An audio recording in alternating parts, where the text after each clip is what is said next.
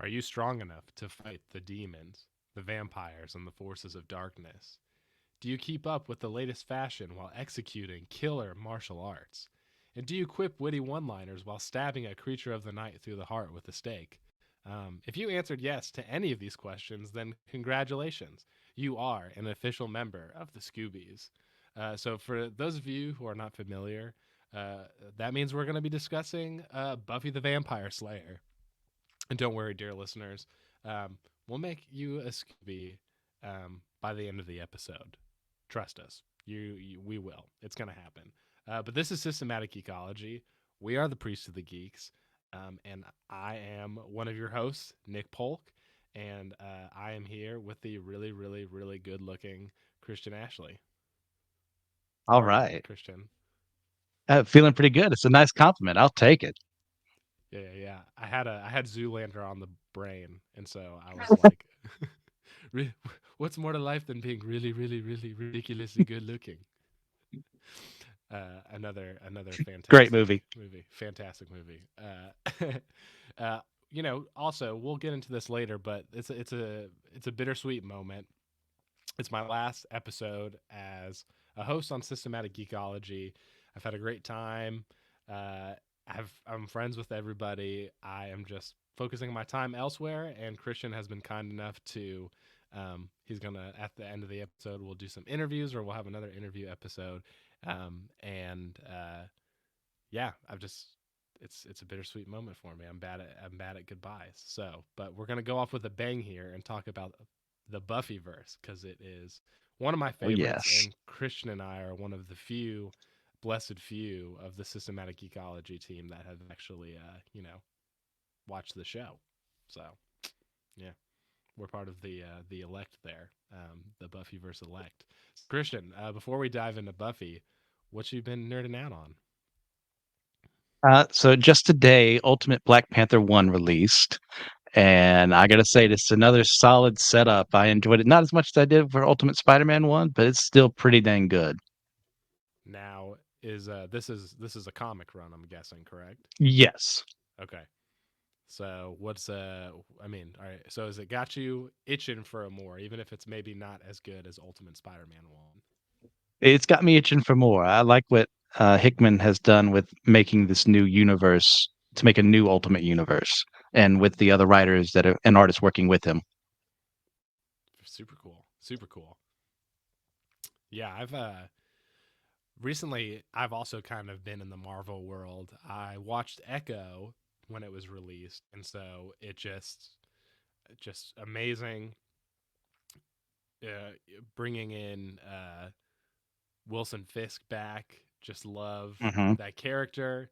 And I was like, okay, now Daredevil is another season's coming out. So I just binged the crap out of the first season of the original Daredevil that was on Oh, Netflix and now is yes. on Disney Plus. And it's just, probably haven't watched it since maybe season two of The Punisher came out.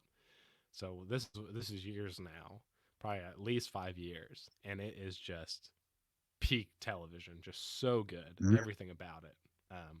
Yeah, I was glad to relive it. So I'm gonna dive in and do season two and three, and then do the Punisher. We'll see if I get into the other Yes. Defenders. Yeah, I'll probably skip Iron Fist, but I really love Luke Cage. oh, it's so Jessica good. Jones had a good start. I don't think I ever watched the last season of that, but I do enjoy it overall, even parts of Iron Fist. Oh yeah, there are parts of Iron Fist. I think I probably like the Iron Fist alone, the standalone season. I probably like the middle and the end probably better. I think the beginning is kind of weird for me. Um, but I also really like East Asian culture and like martial arts, and you mix in a little East Asian mystical religion into your superpowers. I'm gonna be a little sold. I'm gonna be a little sold. Oh, yeah. Yeah. Oh, and real quick, Brian Edward Hill is the writer of Ultimate Black Panther, not Hickman. Oh, nice. Nice. Look at us at Live Systematic corrections. Ecology, getting the stuff right, getting our footnotes, our citations correct, as true nerds do. Uh, cool. So we will, as we will transition into the Buffyverse from here. So let's just talk about. So Christian and I, when we were talking about this last episode that I'm going to be on, what things I wanted to do, it was just I was just like, I don't know, the Buffyverse, has anyone done anything in systematic ecology? And Christian said no, and nobody else has watched it. So we discovered on accident that we both have watched the show, and through by providence, we're here discussing it. So I want to hear what was your initial reaction to the Buffyverse. Uh, tell me about your first experience, Christian, and tell me how you feel about it now. Okay. Yeah, I missed this when it was on the air. I was a little Same. too young, yeah, for it at the time. I was like 7, I think. What did this come out? 97, the first one? Mm-hmm. Yeah, so I was too young for it. But then when I got into college, this beautiful mystical thing called TiVo was in my life. Oh yeah. And I was able to see, oh, I can watch whatever I want, but I don't have to be in front of the television screen when it's on. So some of those things I missed, like Buffy and Angel, I put those on to record and we'll watch them later and got through everything and fell in love. Like, yeah, I have my gripes with this, some parts of the series, but ultimately, like, this is something I can easily come back into this world and engage with these characters and see what they're up to. I love the Buffyverse as a whole. Man, yeah. Also very similar. Where it was I was too young. I'm 3 years behind you. I'm 90. I was 94, 93, Mm, and I had a youth pastor who had the whole box set of the DVD collection. Um, nice. and so he talked about it. And so I knew Sarah Michelle Gellar, and of course, Allison Hannigan. Am I saying, or is it? Yes, Yeah. for Willow. Uh, yes. Allison Hannigan was an early crush of mine, Mm, based on just seeing her as the flute girl in American Pie, and we'll leave it there.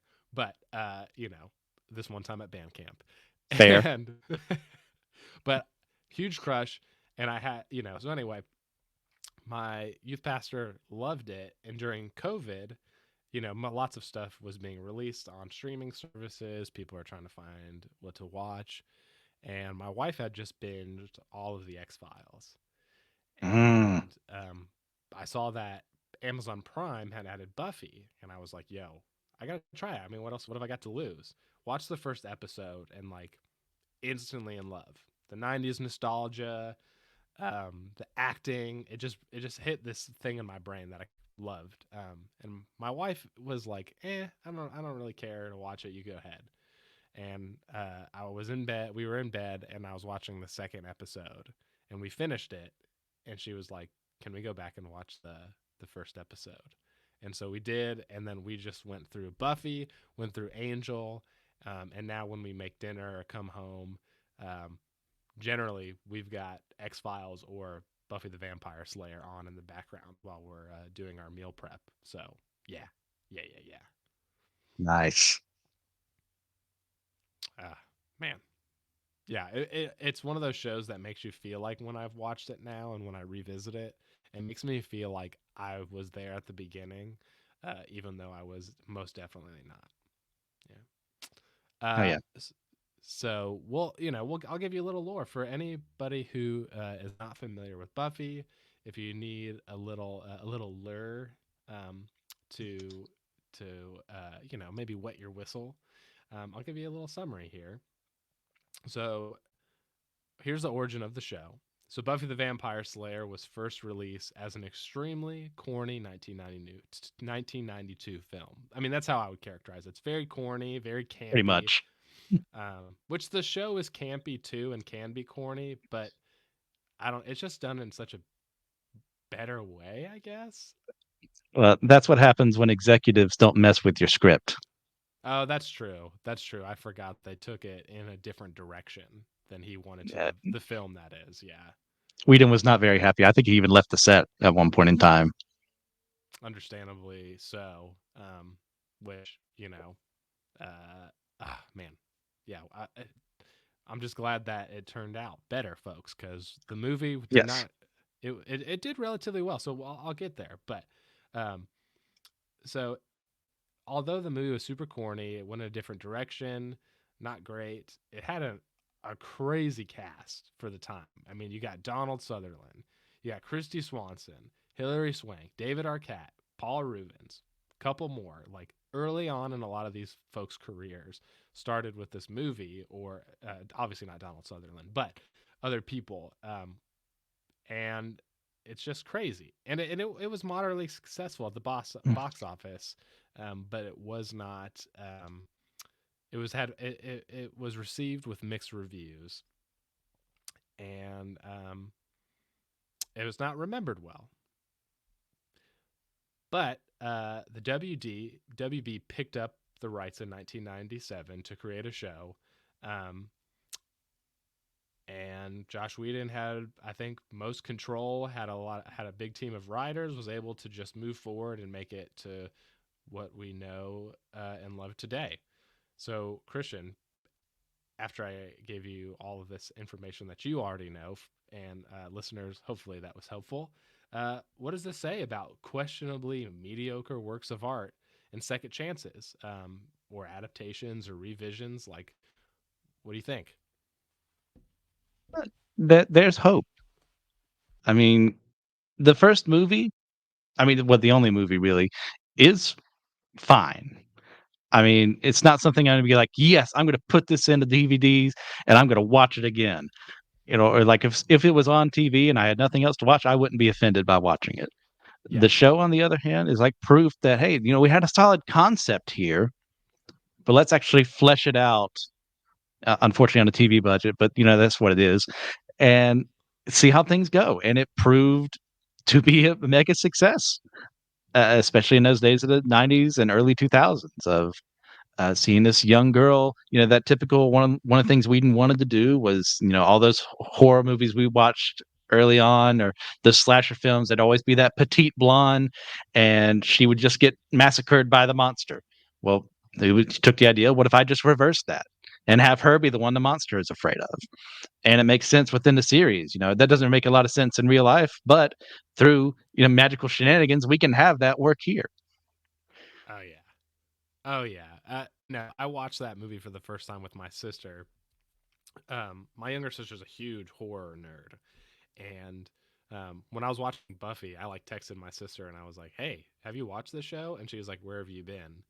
You know, I watched this show like 10 years ago, and I was like, "All right, fine." And so I went home, and she had the movie, so I went home for Christmas, watched it, uh, you know, enjoyed it for what it was.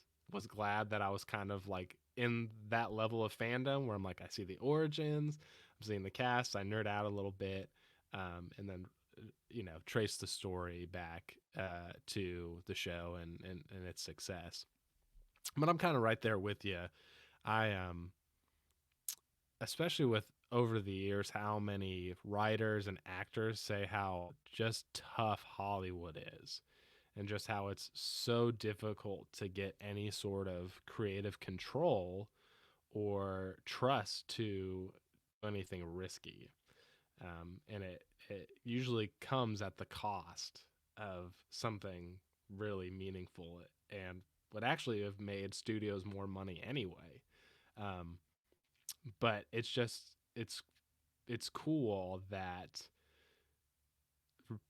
the any industry but creative, I feel like, comes down to like relationships, and people who have relationships with people and know their worth and know the stories, and take a risk on people who love what they're doing and know what they're doing. I think of Peter Jackson with the Lord of the Rings. He went to a bunch of studios. They were kind of like, man, too much money, make this one movie, two movies. And the guy from Wingnut, or New Line Cinema. I can't remember which guy it was, but I think it's the he latter. the latter. Okay, and he ended up meeting with like the CEO or one of those guys, one of the head honchos, and the guy was like, "Well, you seem pretty passionate about it. Here's more money for three movies." And he trusted him, and now it's over $1 billion enterprise that's still going on. Yes. So I think we can. I'll make some other Lord of the Rings, connections between that and Buffy. But um, yeah, it's one of my absolute favorite things about the show.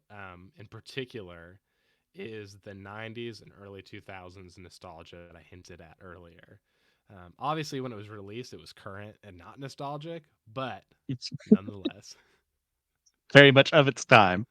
oh, 100%. And especially going back to it, in as a way later, years after the show was complete. Um, yeah, so many young actors, technology and fashions that we grew up with, that we were familiar with. Even if we were watching kids movies like Big Fat Liar and Snow Day and Nickelodeon originals like that. I don't know if you were you a Nickelodeon guy or Disney I guy? wasn't a Nickelodeon kid, but I did see those movies. Okay, Just through the ether, other kids like, "Hey, we gotta watch this together." It's like, "Yeah, sure. I'm along for the ride." okay, okay. I think about Disney. I was a big Hilary Duff fan, and I had Casper Meets Wendy, which was a Disney kid original, and just so Agent Cody Banks. Sorry, I'm going. I'm Oh gosh. Yes. come on, Frankie Muniz as a freaking James Bond teenager, the dream. It's perfectly ridiculous, and I love it. Yeah. And all the technology, all the fashion is there, all that stuff, and even that sort of cheese is kind of present in the Buffyverse. Um, so, as we return to Buffy, what nostalgic memories does it trigger for you? And do you think that nostalgia is why there's been sort of like this, including COVID, this renewed interest in the Buffyverse, with so many people hinting at like, there's a reboot? No, there isn't. Now there maybe is again. Yeah, this is kind of like one of the perfect encapsulations of the unintentional period piece trope of like you're not intending as, writers or actors to obviously they're making it in the 90s and early 2000s, but not saying we're for every time immemorial people are going to say this was made in the 90s and 2000s, but it is. It's got that whole idea of, going to school, not having the internet as readily available as it is today, not having cell phones as readily available as today. Like that could have solved a lot of problems here. You've got, the whole thing with like we're not as well attuned to seeking out mental health experts as we used to be, as we are more prone to do now. Like all those things kind of mix together and make this fantastical thing. Like, was it even the first season? We have like the online predator is actually a demon or something like that. It's Yes. something that was just starting to happen, and it makes me really happy to see that as someone who has dealt with enough 80s nostalgia to last a lifetime and films and TV shows. And as much as I like things like Stranger Things, why can't we have something set in the 90s, the greatest decade of all time? Not just Dude, because I was born then. the greatest decade of all time, for sure. The best music, uh, obviously, taste is subjective, folks, but the best Yes. music, some of the best fashion, best television, arguably some of the most aesthetically pleasing the eye and touch technology. I mean, I miss my computer. I miss my Mm, I miss the the family sounds. computer. The family The computer. the internet, having to log in late at night and hoping your parents didn't wake up because it was just that loud. Gosh, yeah, you turned on the machine and there's Get get off the internet. I need to make a call. ah, so accurate. It never stopped, y'all. It really didn't. You'd think it would be like 9:30 or 10:30 on a weeknight before school, and inevitably, your mom or dad would just be like, yeah, like you said, get off. I got to make a phone call. Dang, really? I'm trying to aim my seventh grade crush, mom. Okay. There was so Man, many times when I would try to muffle the sound late at night because I wanted to get on those Dragon Ball websites that just popped up so I could see what everyone's power levels were. yes. Okay, can we talk? Okay, also, total sidebar, but like the '90s websites for like Cartoon Network for very specific like fan clubs It's for the bands the for Wild West oh my of the gosh, internet. you'd go to like the DBZ website and like the menu items would be like, oh, you have to click, Goku's arm, and once you click it, he shoots an energy beam, and it takes you Yes. to the next page, and then you're moving your mouse around, and you're like, oh wait, why is Shinron's mouth moving? Click. Oh my gosh, I'm learning about the history of Shinron right now. It's just Yes. awesome. Everything on the internet's so minimalist and streamlined, y'all. And Christian and I are officially old because it's just not like the good old days, y'all. It's just not. It's true. Yeah, yeah. I the nostalgia.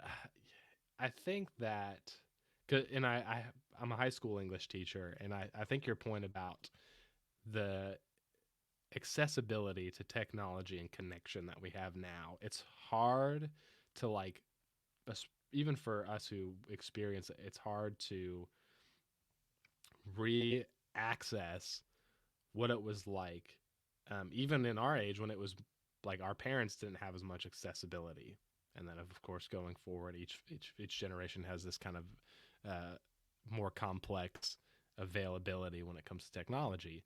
But I was talking to kids about, I have one class, they do their work, and they're like, Mr. Polk, tell us a story when you were a kid. And I told them about how I was trying to talk to a girl, totally embarrassed myself, and never talked to her again. And they were like, "Why didn't you message her?" And I was like, "Y'all, at that time, I didn't. I had a phone, and I couldn't get her number unless I asked somebody, and I didn't see her at school really." And I said, if I really wanted to message her, I would have to go on MySpace. I would have to take the time and search through people mutuals top eights and hope that eventually that she has a MySpace, and take the risk of shooting my shot through a pseudo creepy message as a ninth grade boy, you know. And they just like, it blew, just the fact that you were like, oh yeah, you had to go on the internet physically and search for people that way. They were like, that's crazy. I'm like, I don't know what to tell y'all. Um, yeah, That wasn't that long ago. no, no. Feels I like it, mean, but it wasn't. yeah, I mean, even it was like that even like 15 years ago. We're not even talking about 20 years ago. 15 years ago, it was like that. Yeah. It was just starting. Facebook and all that was just starting to do a little more seamless connection between like contacts and iOS systems and things like that. So yeah, yeah. So, and I think COVID was a big contributor too to that renewed interest, similar with Avatar: The Last Airbender, as we've talked about in the past. Yes. Yeah, yeah, It also kind of helps too. Is it's inevitable that eventually a generation is going to look back and, oh, what did they like back then? And see, it's like, not every generation has fallen in love with, like, say, like the Twilight Zone, but right. like every 30 years on the dot, there's like a remake. Yes, it's so true. And Like, even like you just go I back. remember, you just go back, and I'm somebody who loves the Twilight Zone, the original, and my wife and I have been through the whole thing, and I've watched it, grew up watching it with my nana, and Papa growing up too, and you know, good good stuff. No matter how old it Oh, yes. is good.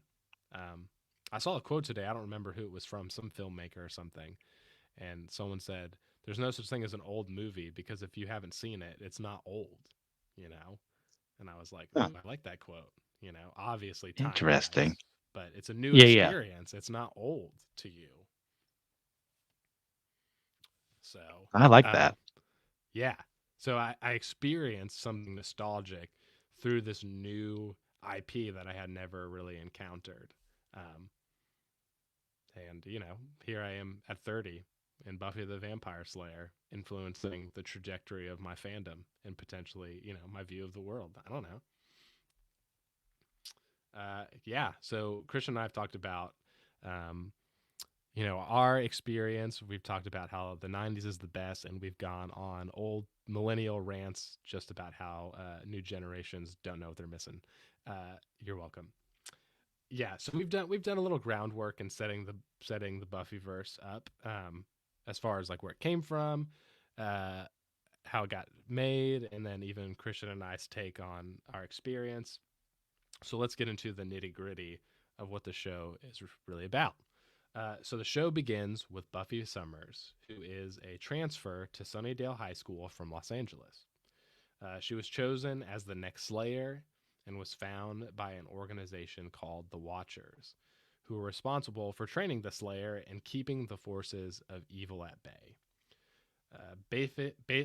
Buffy is basically stripped of her normal teenage life and thrown into being the supernatural savior of the world. Now, most of her adventures kind of stay in the same place, but she's technically the only Slayer in the world until later. So anyway, Until that's a lot. shenanigans happen multiple times. So many shenanigans. You know, Slayers with terrible fake Jamaican accents. Um, R.I.P. But so in Sunnydale, she gets connected with Giles, who is her assigned watcher and school librarian. She gets connected with the people who become her best friends, who are Xander and Willow. She gets connected with one of her high school nemesis, Cordelia Chase, who is like the popular girl who always dogs on Buffy for being strange. And then, of course, her star-crossed lover, Angel, the vampire.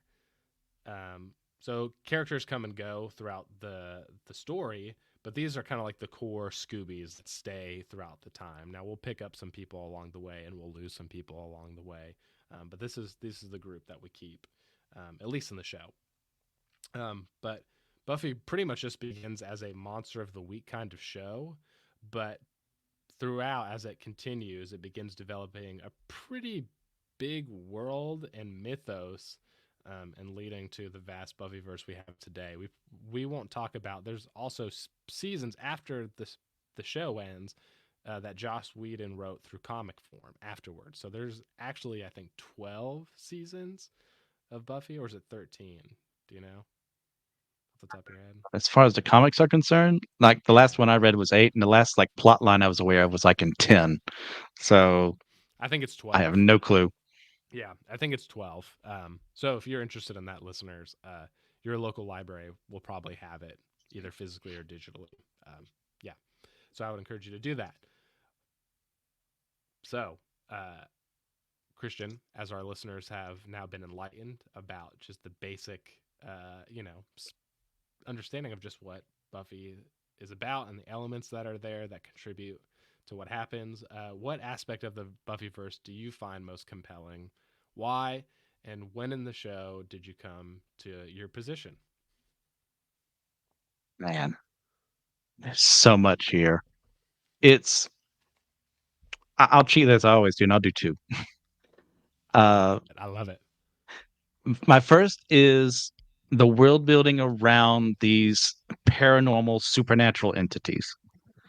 Like, you don't just have demons. You have like species and who have different abilities, and you have vampires, some who are stronger than others, like how the sires work, how can they live so long? Why do they have these weaknesses? Like all that coming together makes for a very compelling program to me as someone who likes writing and world building and creative things like that. It's like I can appreciate the work someone else has put in there. It's like, do I always think, oh, that was a good decision? No, not always, but still it's it's compelling that someone took the time to make that.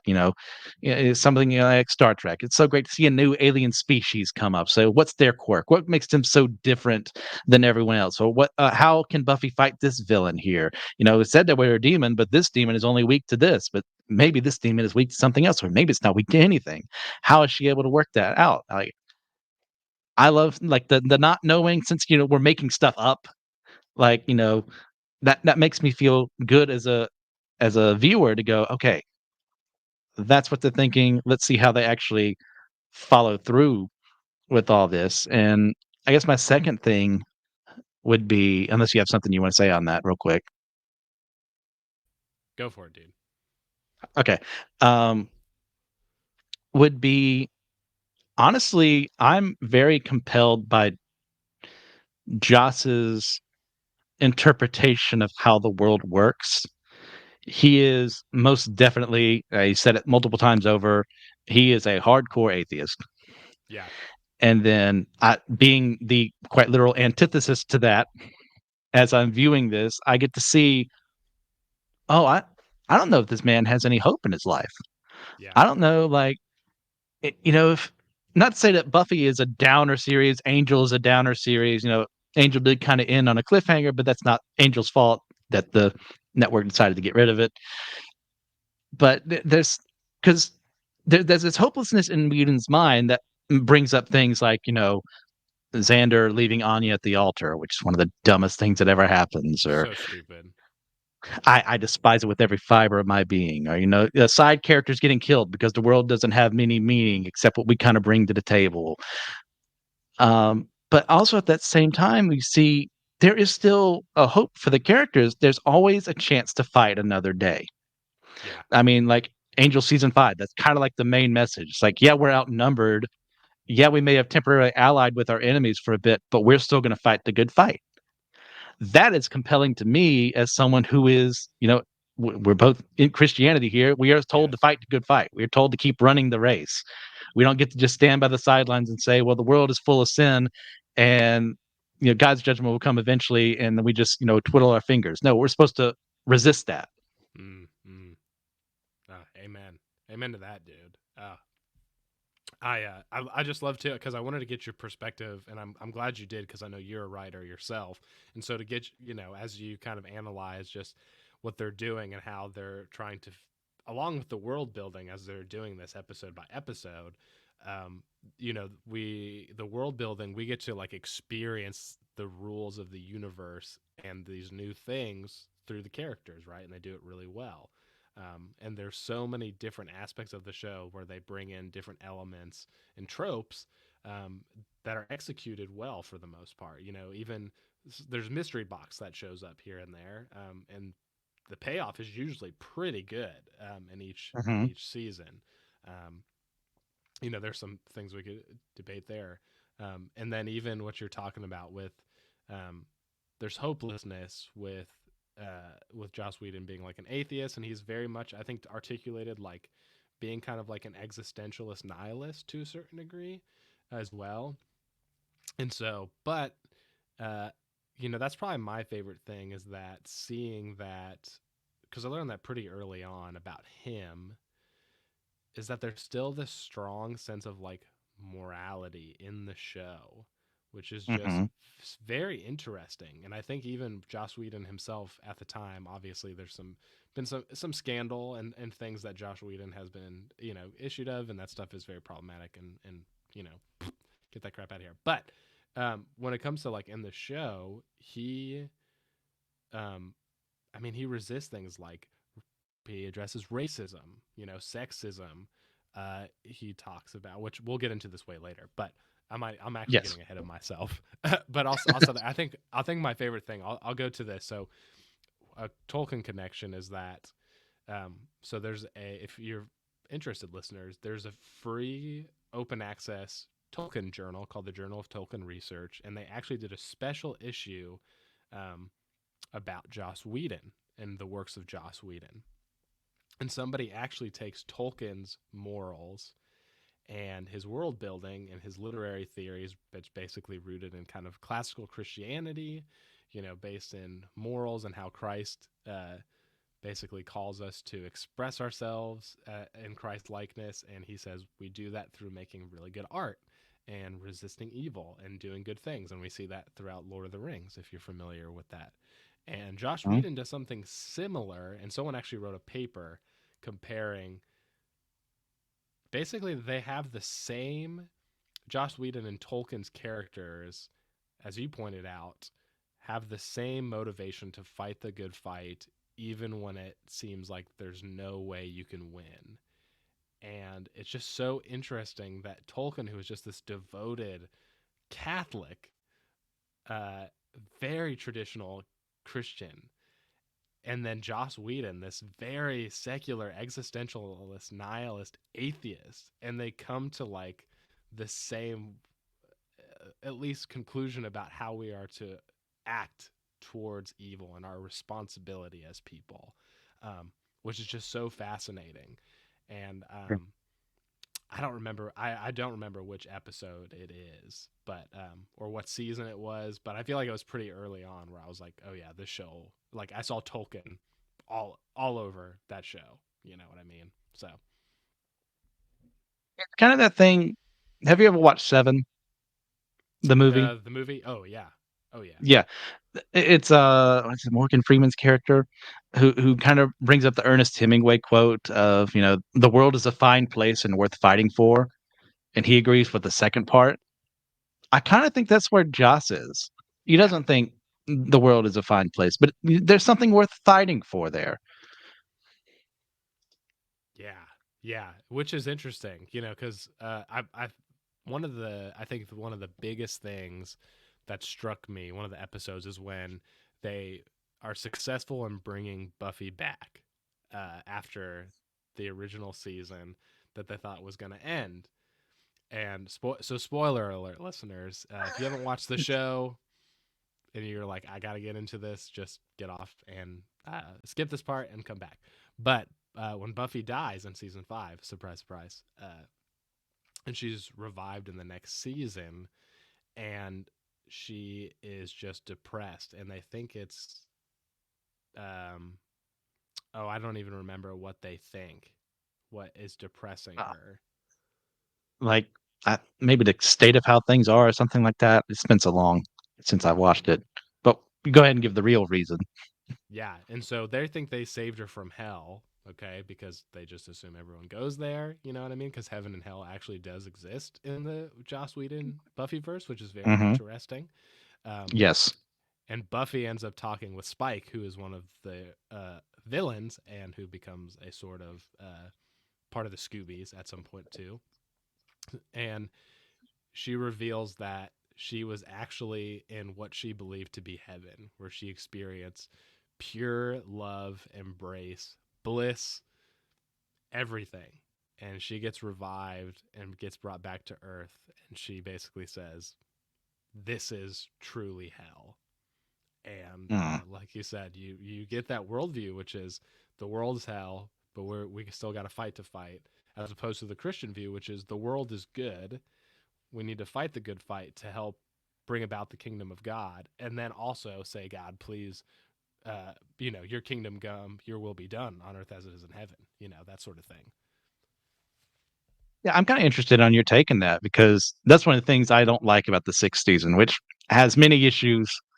That being one of them. It's like you come from a universalist side of things. You've said you're more softer on that aspect, and as opposed to me, it's like I have seen no evidence in Buffy's life of any fruit. I don't think at any point in time she actually had a statement of faith to Jesus, prayed the prayer, whatever. How do you feel about that? How that was Yeah, handled? it's interesting for me in my universalism. And I'm a pluralist too. So it's weird because I'm a universalist, but I'm like I believe that there is consequences for our actions post this life.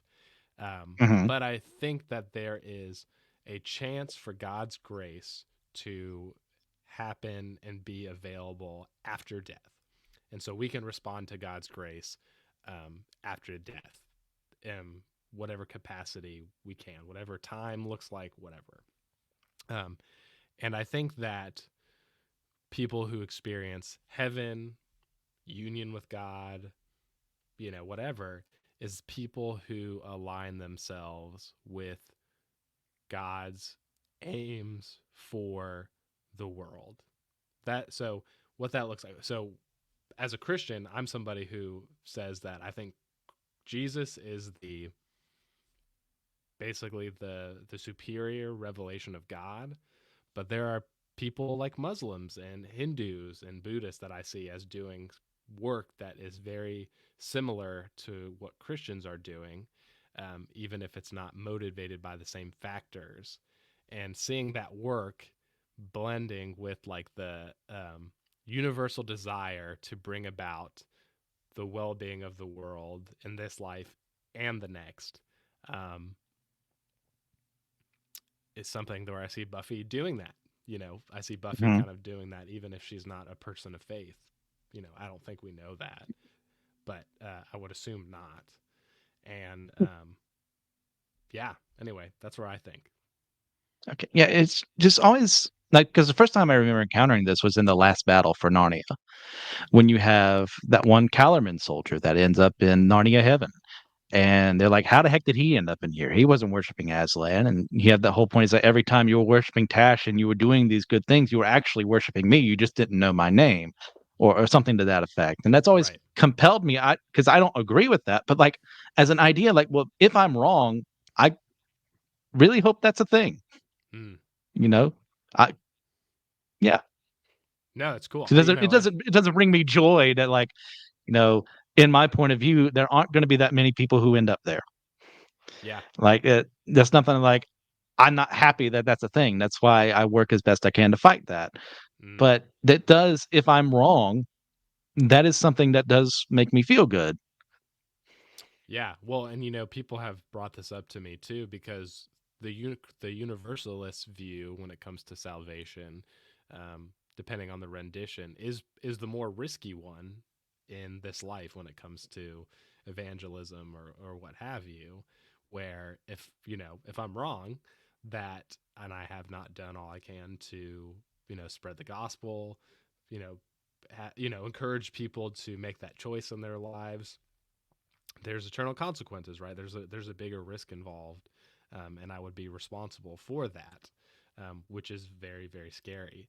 Um, Mm, so it is. I think which I think that helps me connect with like the existential dread within Buffy a lot because I think that's yeah. also true. There's so much existential dread about choices you make as a responsible human, and really throughout the show, there are no right choices. Every choice, every victory basically brings about a negative consequence in the Buffyverse. Something else it's the Hydra, right? You cut off one head, Oof. there's another one, there's three, Yeah. there's four. Yeah, yeah, yeah, yeah. Uh, so fun. So freaking fun. This is why Buffy is so good, y'all. Yeah, so I think one of the reasons we've touched on a lot of them is why I think Buffy was so huge and why it still has a cult following. And also, there's like academic journals that are dedicated to Buffy studies. It's very interesting. Yeah, go ahead. You skipped one. Oh, what I skip? The Ah, question here we before. go. Thank you. I didn't know if you're doing that intentionally or not. I did not. I'm glad you called that out because I totally missed it. It's all good, man. Edit, edit, reset, reset. Uh, so, Christian, as far as the show goes, what is your favorite season and why? What characters, storylines, and themes stuck out to you? And you ask another question where there's too much to answer. I'll split Buffy and Angel. Uh, Buffy, my answer is probably season 3. I really love season 3. I love the whole dynamic they have, with Faith showing up to the show, with the mayor as the villain, is like this affably evil, like he's such a nice guy as he's sacrificing people to become like this great ultra demon kind of thing. And as it explores the world further, I love that immensely. Angel, I would probably say season 2. Angel's the one I've rewatched the least, so my memory isn't as good, but I do love the exploration more we get of Lauren's character of going to Pylea and seeing how his demon groups are a bunch of sticks in the mud, and he just wants to sing. He just wants to be that guy, to bring people happiness. I love Lauren so much. He's probably my favorite character in Angel. But as far as favorite characters for Buffy, that's going to be a hard one because there's just so many. Yeah, you have 7 seasons. There's a lot there. I love Anya.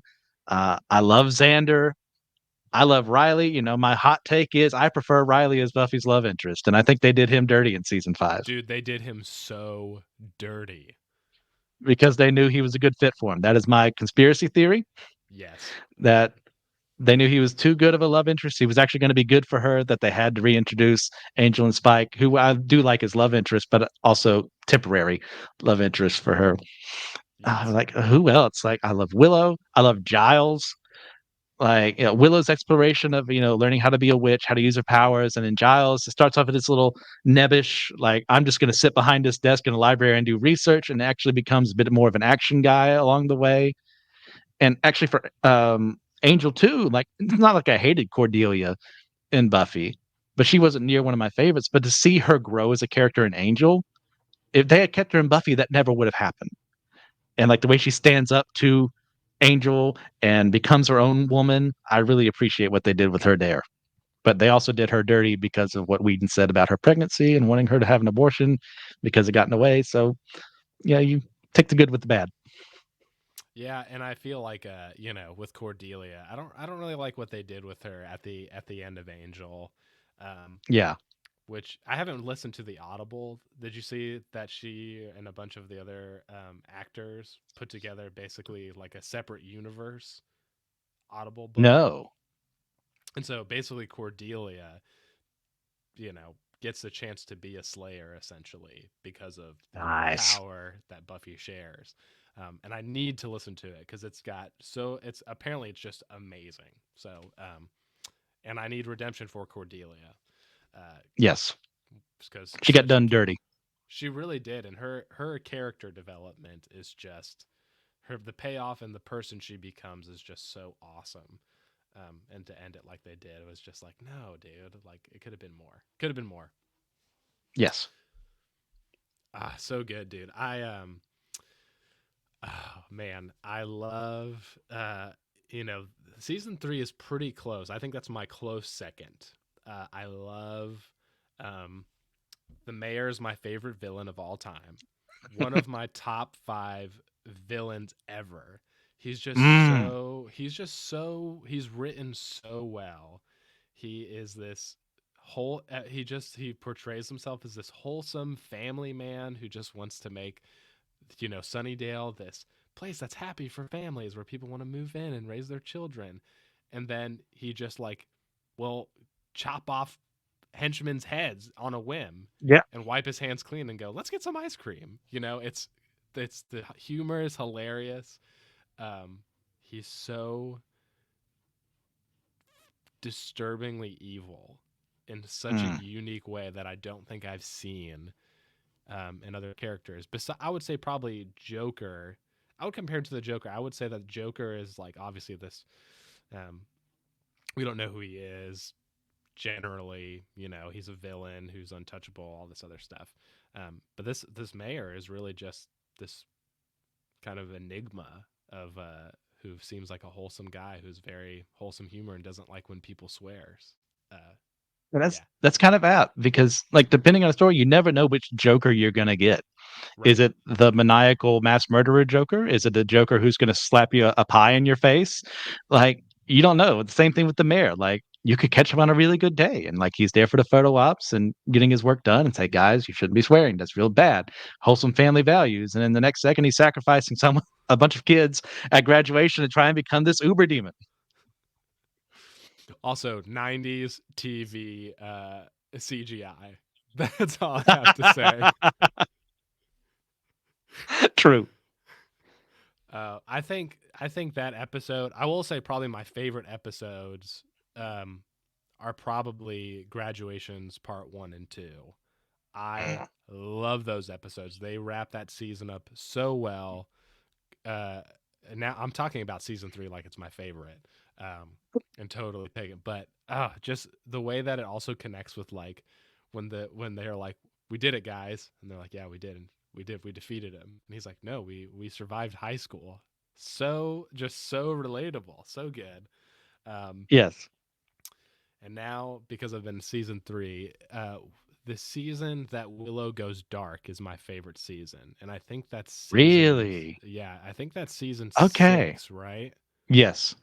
Yeah, I just love the explorate. Like Willow is one of my favorite characters. I love her development too, where she's kind of just a sidekick along with Xander, kind of, and she starts kind of dabbling in magic very slowly throughout the show. Her powers is very much a slow burn, um, and when we get to see just how like powerful Willow becomes and how she has to wrestle with power and these themes of like what do you do when you have this power, which Buffy wrestles with all the time, right? But Mhm.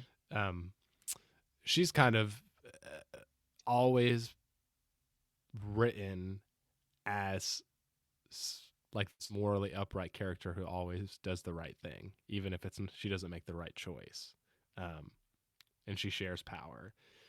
And to see Willow take all of the power and become drunk with it to the point where she turns on her friends and almost destroys the entire world is and is and is saved by the love of her friends. And of course, there's the trope of like friendship, uh, conquers all or whatever. Um, Mhm. but it's done. It's written in such a cool way. And in the season where Giles comes back and he's got the powers, and there, unfortunately, there's no like cool action scene. But when you just see Willow just get hit with a beam of magic, and Giles comes back, and you're just like, yes, yes. Yeah, Mhm. yeah. And Giles is my favorite character throughout the entire Oh, show. excellent choice. Yeah, I'm surprised to hear you say 6 because I know a lot of people that's like one of their worst, and in my opinion, I don't know if it's the worst, but it's one of the most inconsistent seasons. Which once again, it coming back from what they thought would be the finale, so they're kinda scrambling things together, so that I can show a little grace towards. But, you get the whole, Buffy coming back to life, I was in heaven, you the musical episode, totally worth it. That's a great one. Absolutely. You have Giles leaving because I think Anthony Stewart Head was doing something in England, filming something Mm-hmm. else for a bit. Him coming back was great. That scene where Buffy's telling him all the bad things that happen in that season and the both of them just laughing at the absurdity of it all, I do Yes. love that a lot. I don't like how they kinda retcon magic to make Willow go dark, but I Sure. like the results of what happens, if that makes sense. Yeah. So, yeah, I'm not trying to knock down your favorite season and say, "You're wrong," but, you know yeah, sorry. No, no. I everything about that, everything you said is real, and there's so much inconsistencies and things like that. And like you said, them scrambling to kind of figure out what's happening in the show. But I think that where they eventually, what they explore with Willow, because she really becomes like the focal point of that season. Um, Yes. and I think what the themes they explore and who she is, and just seeing her go dark is really cool to me. Like I love her transformation when she starts getting like the black veins and her eyes just turn like Mm. entirely black. So cool to me. Um, but I think, and I think it is a catalyst further into like how the cosmology of the Buffyverse works. Like, yeah, yeah, yeah. So I think that's why it gave and Yeah. later, and I think part of it too is that in the later comics, she becomes like a sort. She also becomes kind of like this prophesied witch that's like across interdimensional, like all powerful witch that's gonna like bring magic to like this completeness, that this new era of magic that's never happened, very similar to kind of like Buffy as a prophet, as Mhm. the prophesied slayer. um and so it starts with Willow basically getting so powerful she has the power to destroy the world. Yeah. Yeah. Yeah. Yeah, before I move on to the next thing, I'll just say, uh Giles being my favorite character, I tell Kelly all the time, as soon as I turn 40, I'm transitioning to my hot librarian phase. Um, I'm going to Goodwill. I am getting tweed jackets. I am getting vests, and I am wearing very 90s patterned ties. Um, and that will be my style from that point on. Yes. From thence, as they say it in Shakespearean times. Uh, we've covered a ton, but one of the reasons why I personally think Buffy was so huge, why it has a cult following, why people are still participating and engaging, Angel and the comics, and now have an interest in this new audiobook. It just covers such a wide range of topics and issues. Like, legitimately, the show handles things like theology, economics, class issues, coming of age, loss of a parent, breakups, cosmology, the nature of good and evil, gender issues, and the list just goes on and on and on with the show. And being a Tolkien guy, as I have said multiple times already, there are so many connections to be made with the Buffyverse, um, and how it addresses these issues within the fabric of its storytelling. One in particular is that neither world brings up God. Okay, Tolkien's world doesn't either, but both constantly deal with issues of morality, how the normal people, along with super people, are to respond to the big bad evils, along with the mundane, everyday evils we face. So Middle Earth, along with the Hellmouth, promotes a responsible way for those within the show, and maybe us, to resist these evils to make the world a little better. So we may not even see the fruits of our resistance, but we can make the world a better place for those ahead of us. We've kind of touched on this already, but Yeah. I mean, tell me, like, what are some more thoughts on that? And do you think that's apt what I said? What big theme does the show deal with that you, if it's not that, what's one of the themes that you're like, oh yeah, this gets me every time? It's one of those things that, like you said, we have touched on this before, but it's so important for the world that they resist because all it takes is for them to stop. I mean, we get to that one episode, I think it's season 3, where Buffy ends up in the universe where she never came to Sunnydale. Willow and Xander are vampires. Like, uh, it's Cordelia that makes the wish. That's what it is. And oh, what she did mattered. This whole town would have been under the thrall of the master and his minions if she had never shown up there. Yes. We get to Angel, and we get to the point like, are we still the good guys if we're working for Wolfram and Hart? Yeah. Like, are we doing good? Have we sold out to allow this happen? In that really funny scene where Angel, like, high fives the guy who looks like the literal devil, and then Yes. says we're the good guys or something like that. It's like, but no, they are the good guys. Maybe they compromised a little bit, but a part of that was them realizing, okay, we wanted to use this organization that is always geared towards evil so we could get it towards good, but they were manipulating us the whole time. Well, that doesn't have to define us. Our last scene in the Buffyverse on live action is them fighting back against a literal hell dimension brought to Los Angeles as a dragon is about to attack them. Like, you can't get more, metal than that for that theme of we are fighting, we are resisting, no matter the cost. Uh, yes.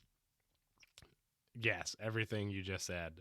And towards the end of Angel, I really had a hard time, but the way they ended the show was so perfect in my opinion when it comes to that last shot, and what Angel and uh, Angel Investigations, that whole team was all about. Um, and we really get to see characters redeem themselves. Um, and except maybe Lorne, who kind of does something he never would have done, and leaves. Hmm. And I'm with you there. Lorne is such God, I love Lorne. Yes. Uh, yeah, I wish I had more of him. He doesn't really show up a lot in the comics either, which is a bummer. Um, Mm.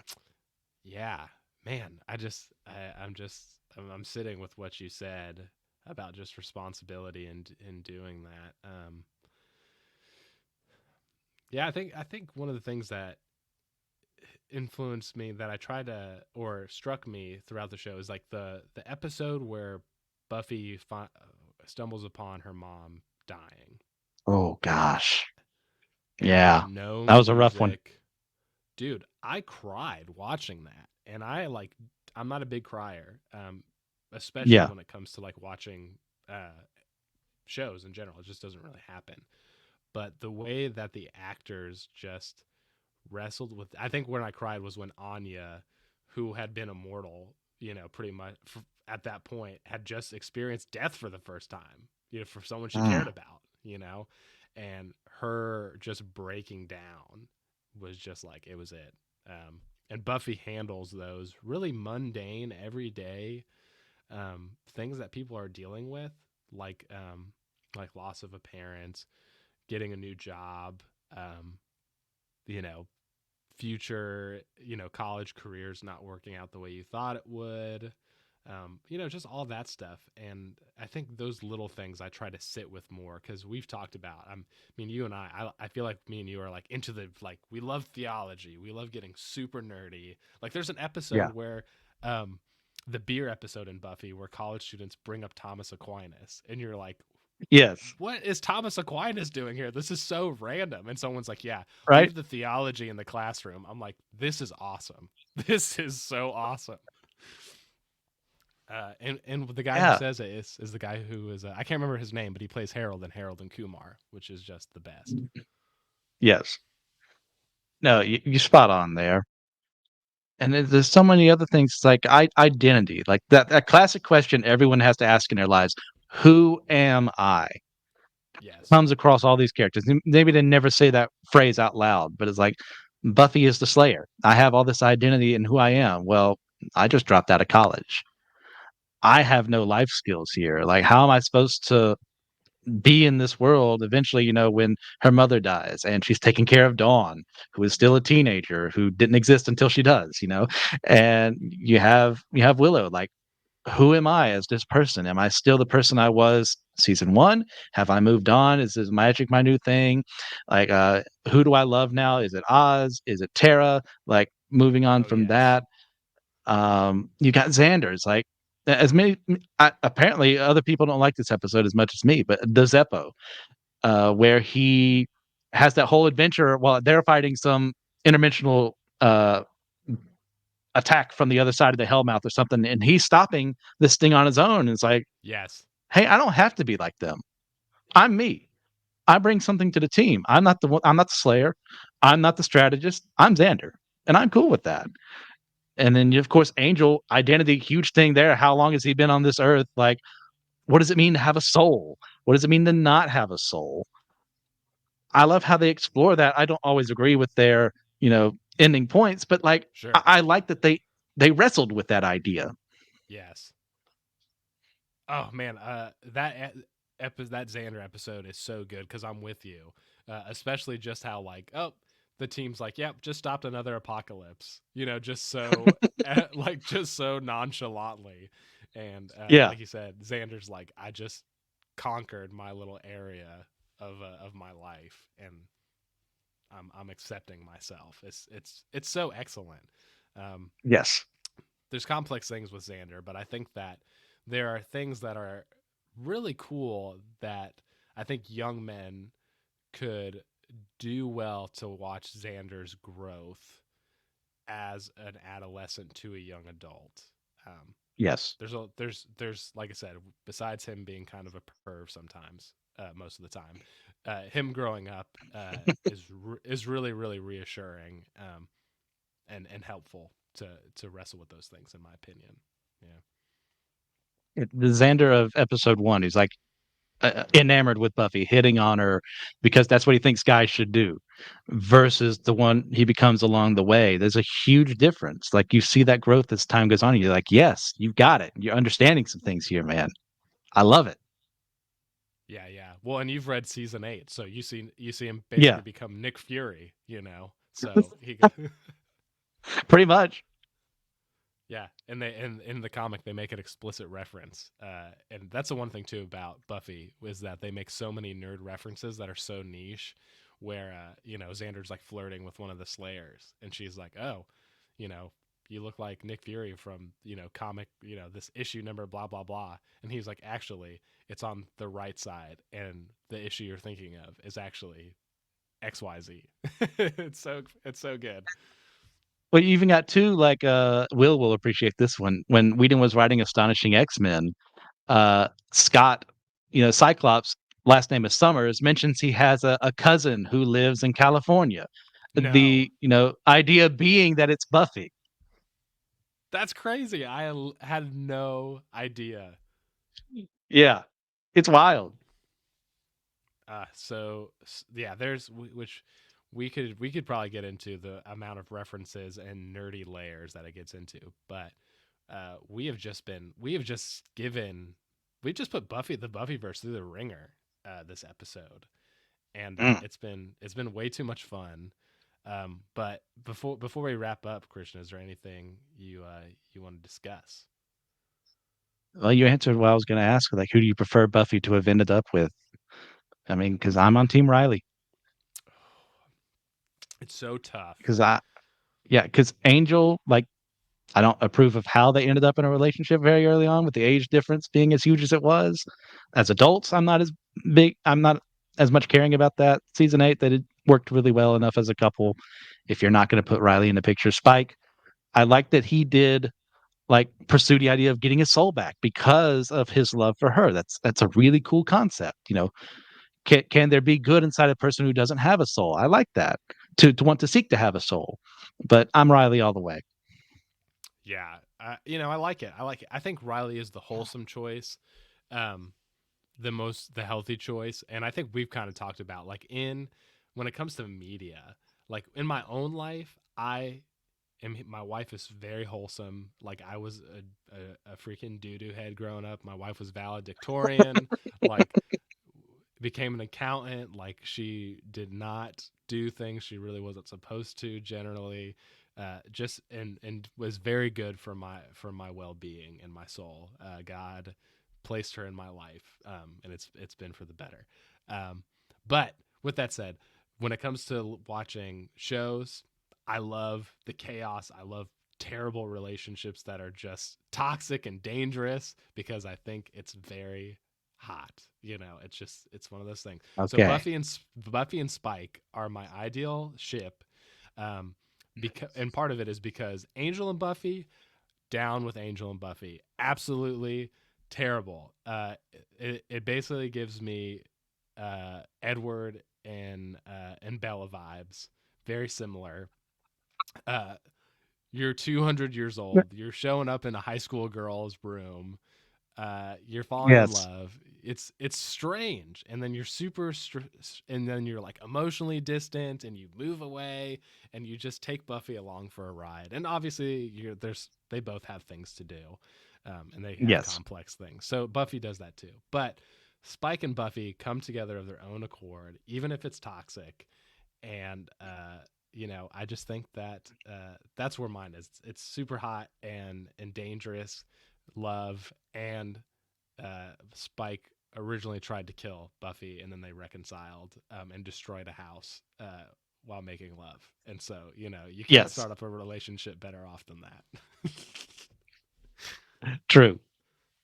That's all I got to say. True.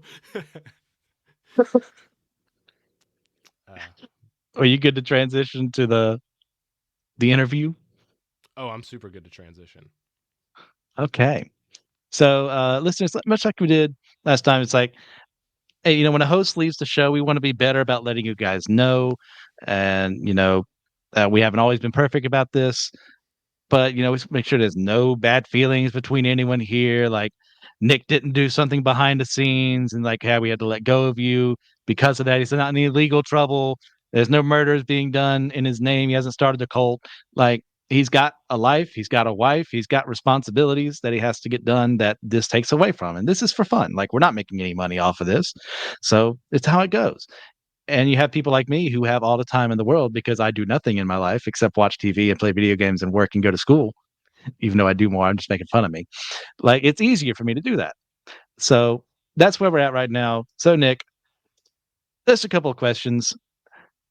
Since, like we mentioned, this is your last episode as a host, but not your last as a guest. I want to make sure that's prevalent. Nick will be back when Yes, we call indeed. upon him. When we put the Nick signal in the sky, he will return to us. Ooh, yeah. Like we'll put the oh man, what would be a good one? What's the light that goodness gracious, Galadriel gives to Sam? Yeah, the light of Elendil. The Yes, we'll have that. That'll be our beacon. Oh yes, I will absolutely come, and I will see a Rendell star, the Silmaril on his brow in the sky, and I will ride Vingalot to the systematic Yes, geekology page. We'll look and see him with the riders of Rohan and Gandalf to assist us in our time of most need. Ooh. So, with all that in mind, like, where will you go from here, and where can people find and support you in those endeavors? Man, it's been super fun at Systematic Ecology, and I just want to say again, I'm very thankful for Christian. Christian and I feel like we've been on probably the most episodes together. Um, I think maybe halfway, That sounds maybe about right. Peng is probably a close second. Yeah. Um, Christian and I feel like we just jive really well. And Christian called me and he was like, "Hey, we got to do a send off episode." Um, and I was just very honored and have loved my time here. Just made some really good friends, who will continue to be, I hope, lifelong. Um, and unfortunately, you were saying all these things, and I was like, man, maybe I should start a cult. Like that sounds like a better option than actually doing things that are responsible. But unfortunately, it's more mundane than that, listeners. Um, but appreciate the opportunity too. So I write a Substack called Tolkien Pop, and I write on the intersections of Tolkien and pop culture. And I also do some book reviews and kind of do whatever I want on the side. But I try to do something at least. I've said twice a month, but it's really once a month with trying to do twice. But I do everything from just looking at like themes in shows, that are similar to references. Like I have an article on like Friends, and when they do Gandalf the party animal, and I do like a whole thing about Gandalf as this kind of transitionary symbol. That's just an example. So I do things like that, um, and I also am the production editor for the academic journal of the Tolkien Society, and so I'm a Tolkien evangelist. If you love Tolkien, and you want to kind of get connected with other Tolkien nerds and just want to deepen your fandom, there's a digital membership, very cheap. I don't get paid. I'm a volunteer. Nobody gets paid at the Tolkien Society. Everyone's volunteers. So anyway, those are where you can find me, and that's it. The more, if you get more involved with Tolkien and you just say, "Hey Nick, I don't really care that you're gone, but your suggestion to join the Tolkien Society has changed my life," I will cry tears of joy. Mm. Yeah, guys, go check him out there. But also for this, like, you've been on quite a few as your time here as a host. Like, is there a favorite episode you recorded? And you can pick multiple because you can cheat like me because I'm in charge right now. Man, there's so many good ones. Um, I'm gonna pick multiple ones. The ones that are the most memorable. I Yeah. think, I think that our Avatar one with you, me, and Kino was Mm, extremely fun, and I think you had to leave in the middle of I that did. one. Yeah, and Kino and I I just hated it had because this. we were just jiving so well. Gosh, and it was like But it was those really like, pesky classes got in the way. gosh, school. It's too much. You just read too much, dude. You just read too much. uh, yeah, and it was just cool. Like and Kino and I ended up just taking it a completely different direction and started talking about like marriage advice and learning about him. It was so random and so That much was so fun and good. cool. It was a blast. I think that's actually who I told that I liked toxic relationships. I think so, that's where I said that because I don't remember who I said somebody That should sounds be. familiar Yeah, I think I said. because I you think. guys, you just went off. Oh, I said it because I was a Zutara fan, and I Yes. think and Kino was like, no. That's when we went into that whole side thing about marriage and healthy relationships. I feel like Kino was concerned for me a little bit, which was very fun Oh, that and was a also solid one. endearing. Yeah, uh, very fun. Way too much fun. Um, I think I did a Rick and Morty episode with Will, and Hmm. Will and I just have very similar humor. We like Beavis and Butthead. We like South Park. Like we love King of the Hill. Like I feel like Will and I just like we're like, yeah, we get it, and had fun there. And then I think the last one that I am thinking of is a recent one with James on Rudolph. That was an excellent one. Yeah, you guys So had a great fun. talk. Gosh, it was so fun. I did not anticipate Rudolph to go that way. Like I was like, oh, this will be kind of fun and jolly, and maybe we'll get deep. And that was the second episode James and I had ever been on together, and it was the first time him and I had just been on alone. And it was just so me and him just got like learned about each other and went deep on Rudolph, and it was just cool. It was cool. Yes, those are my Yeah. top three. I don't know if they're top, but like the ones most memorable, I'll put it that way, were the My Hero overview episode we did with Pang and James at 6 in the morning my time, 5 in the morning your time. I And forgot listeners, about that. I am not a morning person at all. That meant I had about 4 hours of sleep, maybe at that point in time. Like I was so loopy, but like we were just having fun and we had to stop because other people had to get to work. And I'm like, why couldn't we just keep going? That was a ton of fun. Let's say also the episode we did with TJ on One Punch Man. I enjoyed that immensely. Like, seeing your perspective versus, TJ and I being, manga and webcomic readers and you being anime only and like the divide there and how we can geek out of the same thing. Like we have the secret Gnostic hidden knowledge over here of what Oh actually yeah. happens. And we're trying to like not spoil things for you, but like, hey, you're right to think this way because you only have this information here. It's like keep pressing on. I enjoyed that one immensely. Me too. And I think that our episodes is just that, especially getting into that and like I'm just a yes person when it comes to new experiences and new things. Like I don't really like reality TV shows, but if I have a close friend who's like, "Dude, you got to love or you got to watch I don't know, The Circle on Netflix." I'll be Mhm. like, you know what? I don't care about that, but I'll watch it for you, and potentially might even be a nerd about it. But as somebody who's like anime, and we like similar things, and I was like, I don't know about the second season of One Punch Man, and then you were like, you and TJ, and I'm like, now as friends who have that Gnostic secret knowledge, it's on. I'm planning on doing a dive into it. So the systematic Hey, geekology web of jewels is real. excellent. Nah, that makes me happy.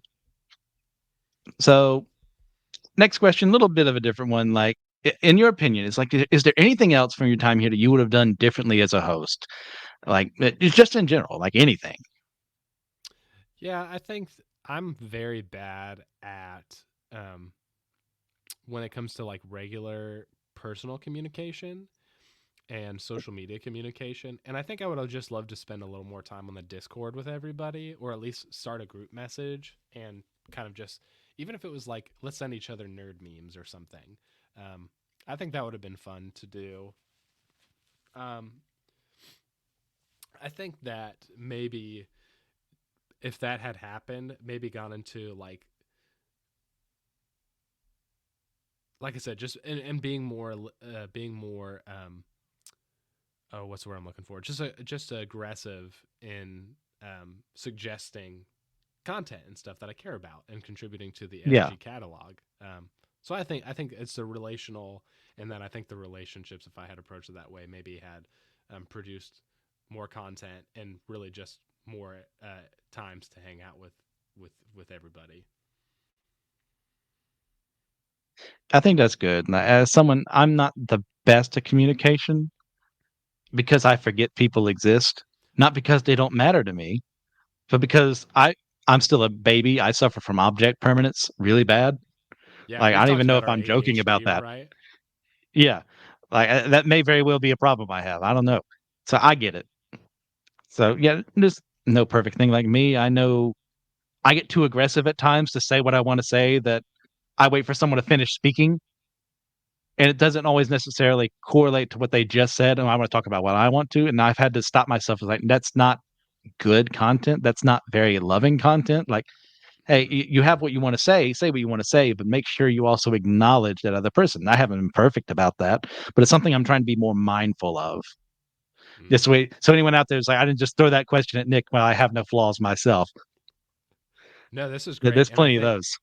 I will say too that maybe because I feel I've never felt that you have dominated and taken away my chance to speak in any episodes we've done. So at least with me, I feel like you are exemplifying what Christ likeness on the internet looks like. So All right, 10% success rate. I'll take it. All right, next up. If you can encourage the listeners to check out one fandom for the first time that we didn't mention today, what would it be and why should they get into it? I put a lot of thought into this because there's so many. Obviously, being systematic ecology, there are so many, and Mhm. I don't want to do Tolkien because I already said what I want everyone to do. It's just I don't need to be or what's the word? I don't even predictable like that. Um, which I'm fine with predictability, but I feel like there should be more. I think and I think this is something we mentioned on a or a what's new podcast, but I think for those of you who can stomach it, South Park is worth getting into. Um, Absolutely. and Christian and I have shared our mutual appreciation for South Park and the way that they approach comedy and making fun of people across all ideological lines. Um, and I think I think the first for those who want to get into the first three seasons are tough, just because that's like the first thing they've ever done.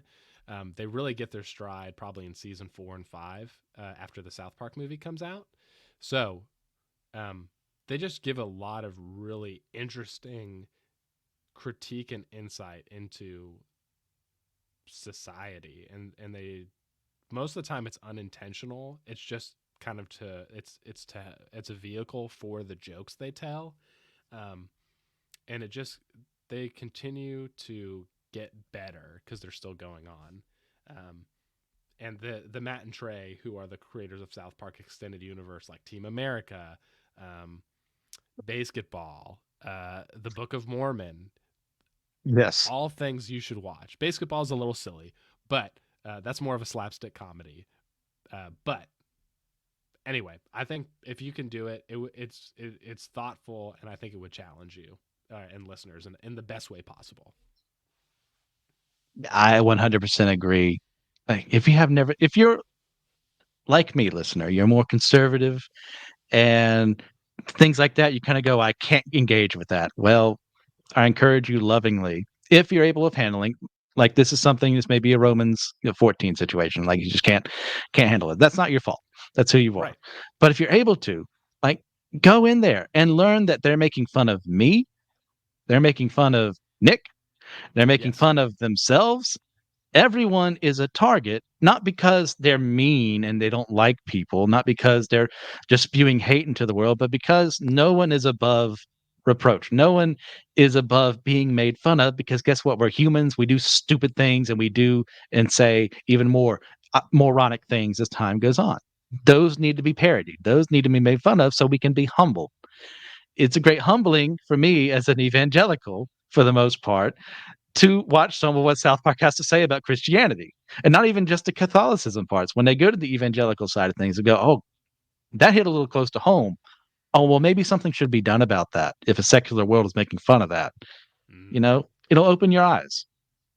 Yeah. Also, as a more liberal, but also still within the evangelical tradition, uh, yeah. And also, laughter is good, and Yes, laughter is a vehicle of the Holy Spirit to reveal what God is doing in your life. So, is is South Park a means of grace? I'm gonna say yes. I'm gonna say yes. okay, excellent. All right, final question. Besides this episode, that if listeners don't know, like I asked Nick, what would be the one thing? Oh, you did mention that earlier today, so they know. Like besides this one, what topic would you have loved to have covered that you never got the chance to get to? Yeah, I thought about this too, and thought about if I needed to do South Park or not again. But I don't think I will. I think I made it very clear that if South Park could have been an episode. Um, I think that's something I wish that I had done a little bit more, or like had revisited, was um the Cartoon Network Teen Titans show. Um, Mm. I I think that I ended up, I think of my, I don't know if an episode, the last episode I did with you, maybe, I don't remember, but I think I had brought up that I had started rewatching it again, and the animation for the time and the themes that it deals with, the music, the voice acting, it's just so iconic, I think, and really set the stage for a lot of animation, action, superhero related things. And many of those voice actors are voice acting everything and doing like real acting, and are really shaping culture through television still. And I would have loved to done a deeper dive on that specific area of Teen Titans, and then maybe even bring in, the original comics, and the Yeah. DC, show, et cetera, the live action. Yeah. All right. We'll have to put that one on the docket because I'll be there right with you. Let's do it. Yes. All right. Well, those are all the questions I had, unless there's something you wanted to add before I hand things back to you. No, I just wanted to say thank you to Christian. Thank you, dude. Thanks to Josh. Josh reached out to me, invited me to be a part of the team, right after we hung out at Theology Beer Camp in 2022, and just got connected with awesome people, and would just, like I said, whenever the Nick signal happens, I will freaking be here. Um, and I hope to actually, I'd love to feature some people who like to write on Tolkien pop from systematic ecology, um, as well. Anyway, so there's that, and I'm gonna miss doing these excuses to just be on the internet for an hour and a half nerding out with you, dude. Oh yeah. I'm gonna miss it too, Nick, but I mean that's part of life. It's like not like you're leaving forever, but life goes on. You're still my friend. Any chance we get to have this again, I'm game. Mm. Cowboys don't say goodbye; they say see you later. Absolutely. Stole that from Yellowstone. You're welcome, listeners. So, do you have any recommendations, Christian, before we go? Yeah. If you want a set of novels that are most definitely, as in like undeniably, like that was sort of like influenced by Buffy and Angel, check out the Dresden Files. Oh, I love this series so much. Like even I have never listened to the audiobooks, but James Marsters Spike himself reads them, and it just adds some multiple layers from people I've talked to who've actually read those or listened to them with his voice. It's got magic, it's got vampires, it's got romance, it's got intrigue. There's everything in there. Ton of great world building too. Like it's amazing. Like check it out. I have been recommended Dresden Files by so many people, and it's just one of those things. It's on the list. And I didn't realize that it was inspired by Buffy and Angel, and that James Marsden's read the audiobooks. I freaking love James Marsden, um, so I need that in my life. Um, I'm going to recommend uh, a fantasy book that I ended up on my Amazon wish list, and someone bought it for me for Christmas, and I cannot find out for the life of me who recommended me this book. But it's a fantasy book called by Susanna Clark, called um, Mr. Norrell, or sorry, yeah. Uh, uh, Wait, Is it Jonathan Norell and Mr. Strange or something like that? oh, I've only watched the Mr. BBC production, I think. There's a BBC production. What the heck? I think it's BBC. I thought it on Netflix at one point in time. I need it. That makes me so happy. It's Mr. Norrell and Jonathan Strange. Yeah. Very, very fun, very cool fantasy book. It's about 800 pages, so it's a big boy, but explores fantasy. It's very nerdy. There's footnotes. Highly recommend. Highly recommend. Um, yeah. So listeners, as we come to the end here, as somebody who is terrible with goodbyes, but like I said, this is just see you later. Uh, you know, if you liked our conversation, if you love systematic ecology and you want more, there's not enough for you. Go to Captivate, go to Patreon, give us some support. We would love to hang out with you on the internet, take your money, and give you more content. And, go to YouTube, check out the SG YouTube channel. Christian does a lot of good stuff on there. Connect with us on the interwebs through systematic ecology. We would just love to nerd out with you online.